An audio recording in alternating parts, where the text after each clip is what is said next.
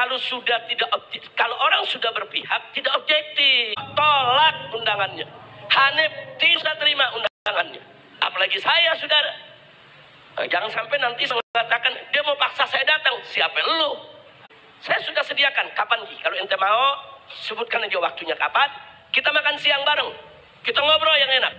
Ente mau nanya apa aja, Anda siap untuk jawab.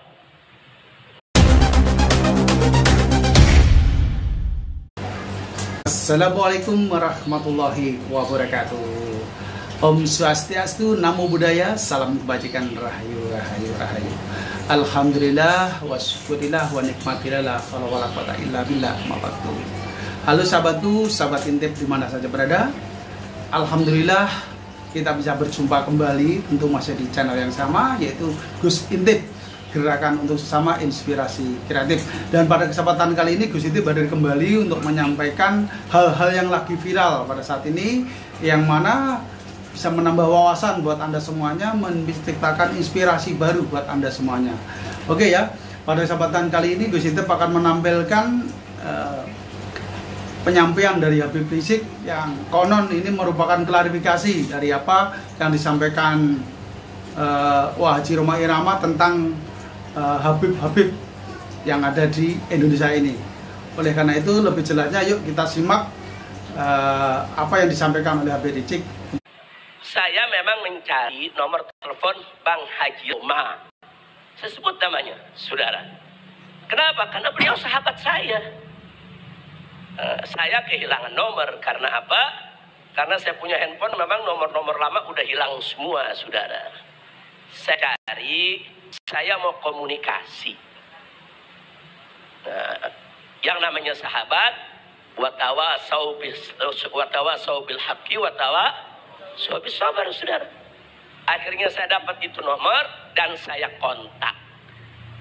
Saya dalam mobil, di depan saya supir saya Haji Ahmad Zarkashi, di samping saya istri saya. Artinya mereka-mereka ini jadi saksi apa yang saya bicarakan, saudara.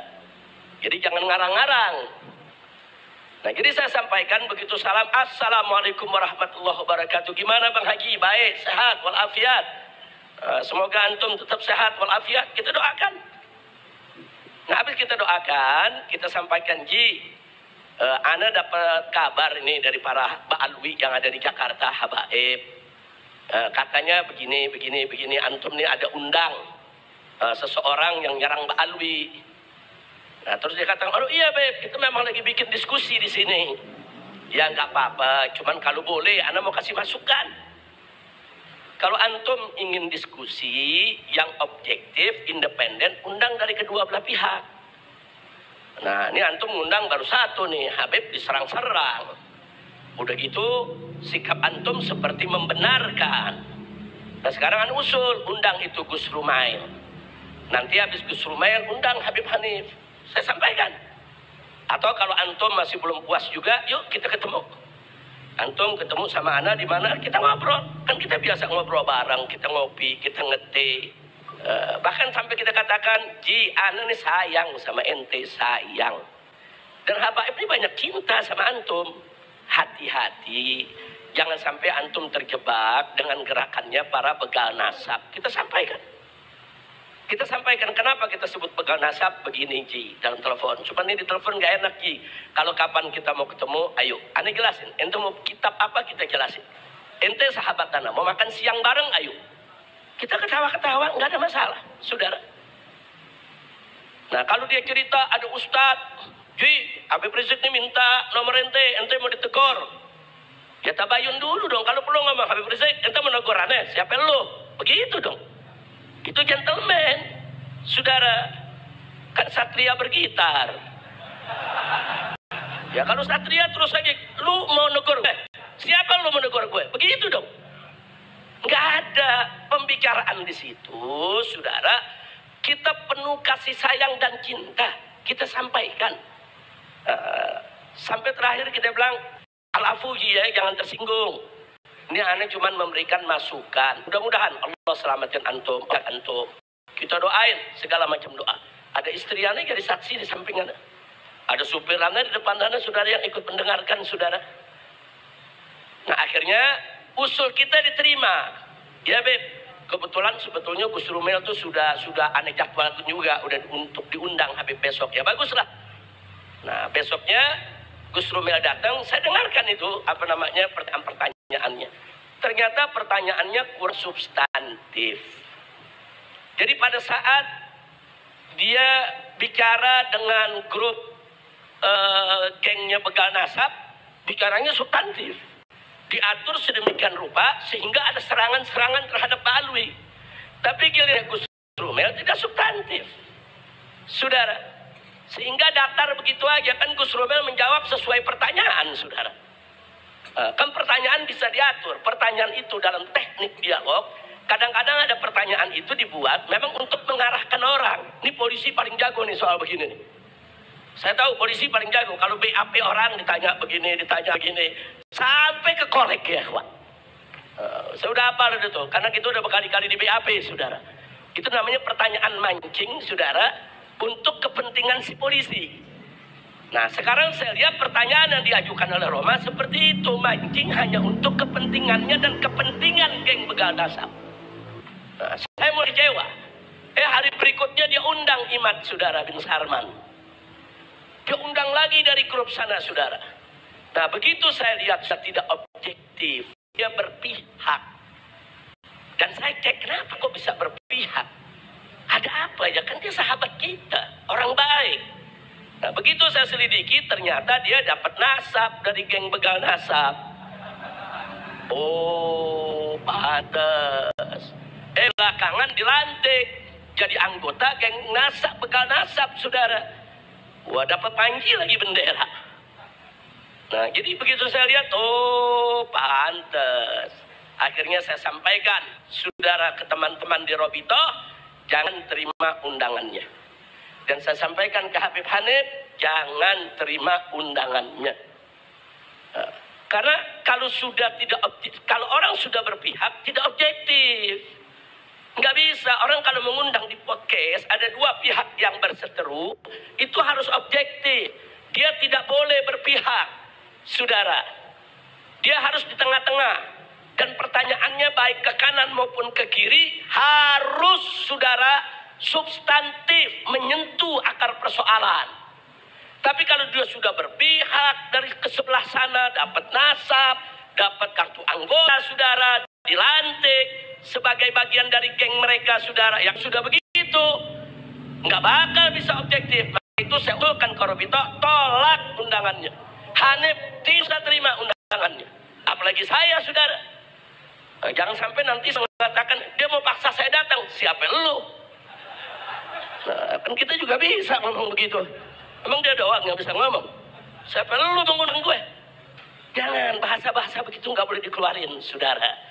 Itu bahasa jelek. Itu bahasa yang bisa silaturahim. Itu bahasa yang bisa merusak hubungan.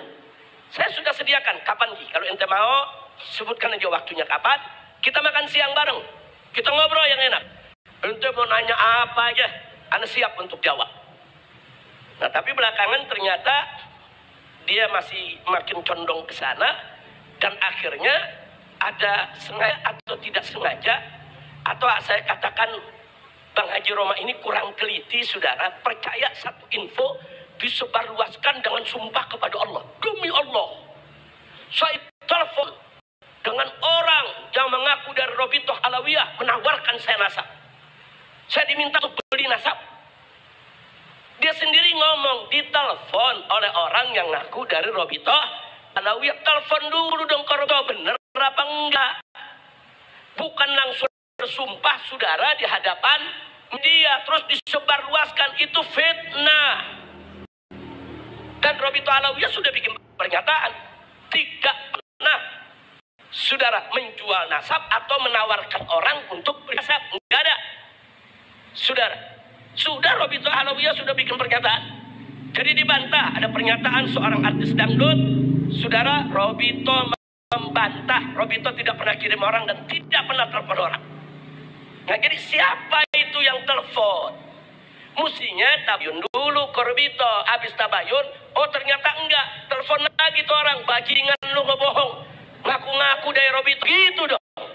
Itu baru satria bergitar. Kira-kira gas gak? Habib Hanif paham, Habib Hanif ya? Itu kan satria, betul?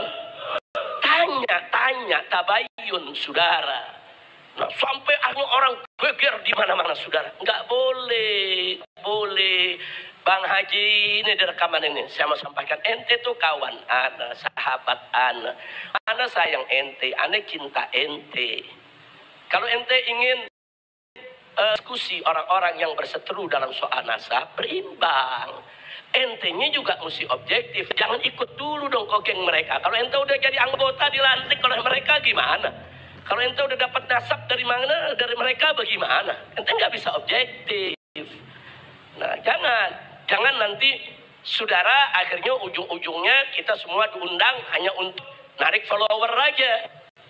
Nah, ini kan urusannya kan YouTuber bawaannya follower aja, mau salah mau bener, yang penting follower banyak. Kadang-kadang ada orang gara-gara follower lera tuh, mandi di lumpur, mandi kotoran, ada yang aneh gara-gara untuk apa itu? Follower. Kenapa sih bisa begitu? Karena makin banyak follower, makin banyak duit yang masuk dari YouTube. Janganlah.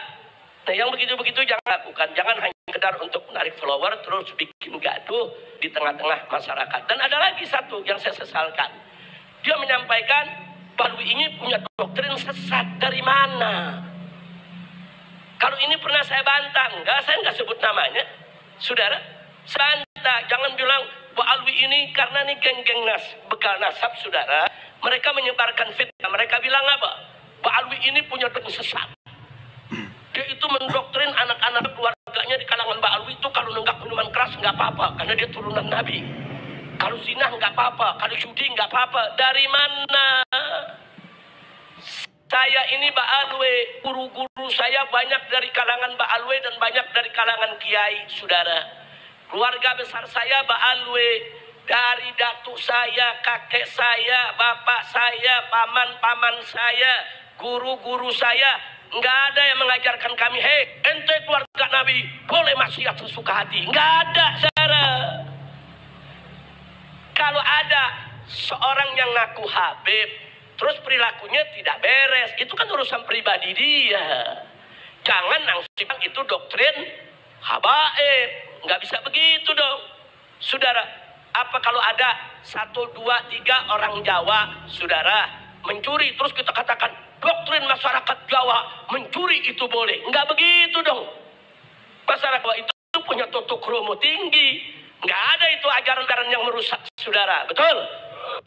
Apa boleh kalau ada satu orang Betawi, saudara, atau satu orang Sunda, dia berjudi, saudara. Kemudian kita katakan doktrin masyarakat Betawi harus berjudi. Ada begitu?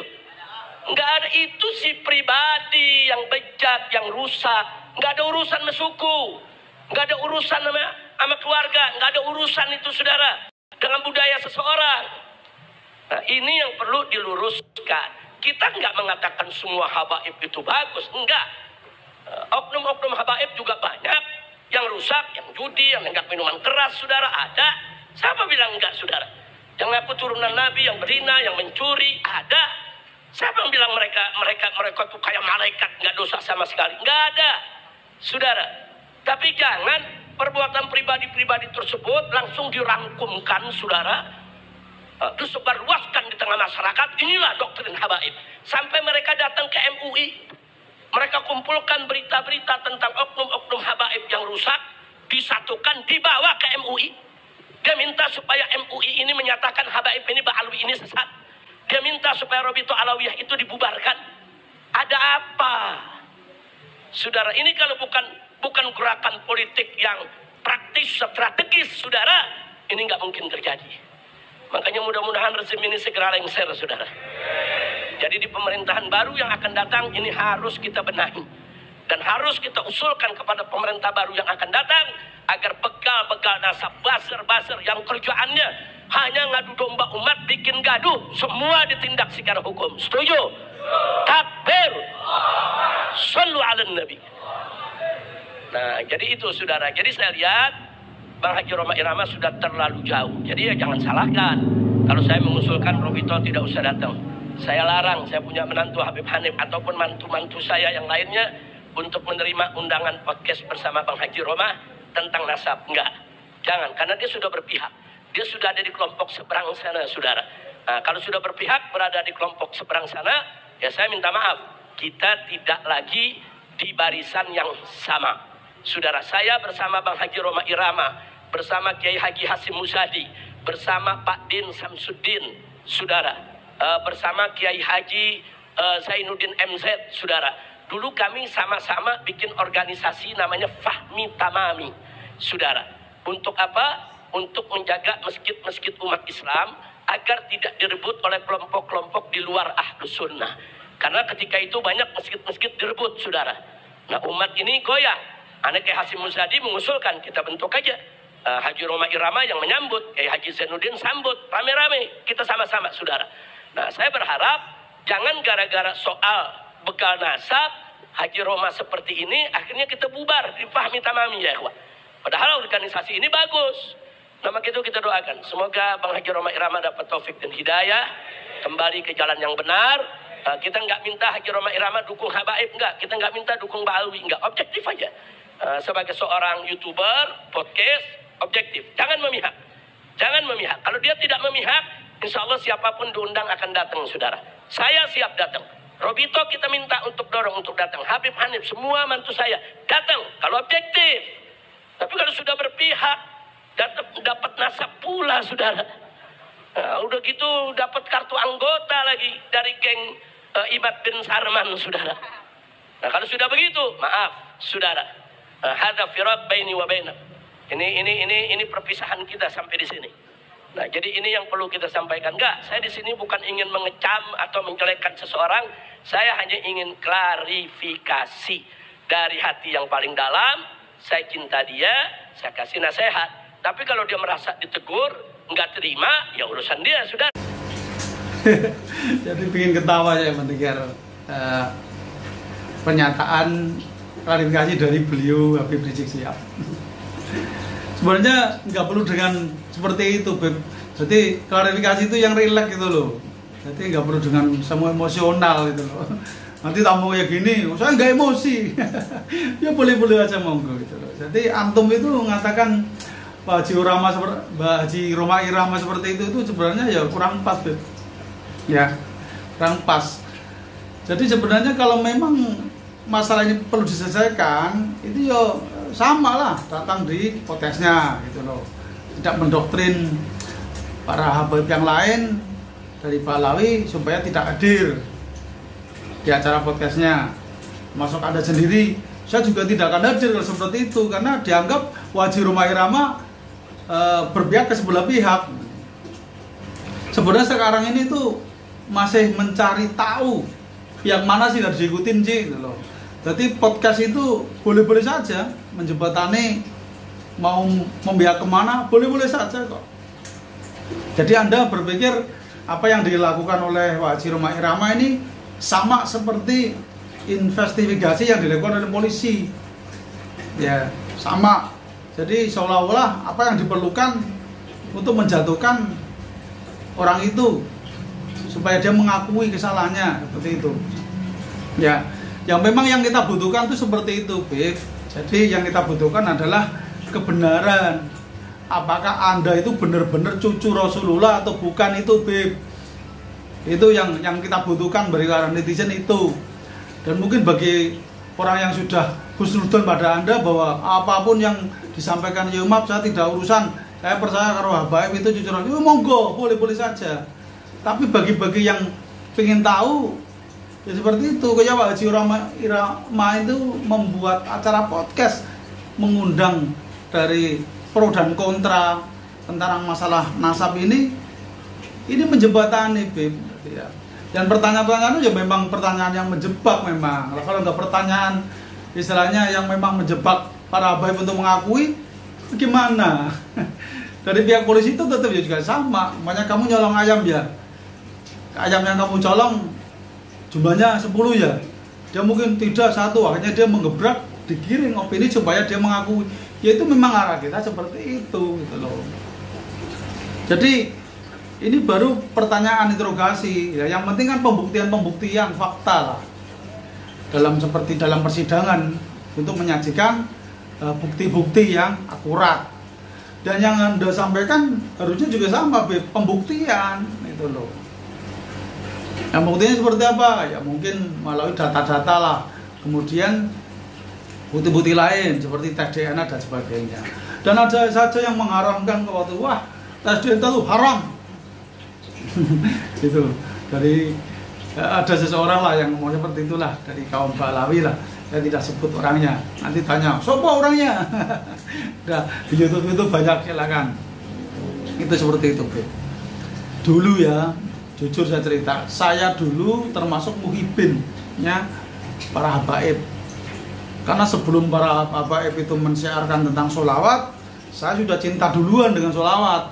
Karena guru saya pernah mengajarkan saya, Pian, kamu tuh senanglah sama sholawat. Karena dengan kamu senang dengan sholawat, kamu sering bersolawat, maka kamu akan mendekatkan diri dengan yang namanya Nabi utusan Allah, yaitu Muhammad SAW. Dengan kamu bersolawat, kamu akan semakin dekat, semakin yakin, semakin cinta dengan Rasulullah SAW.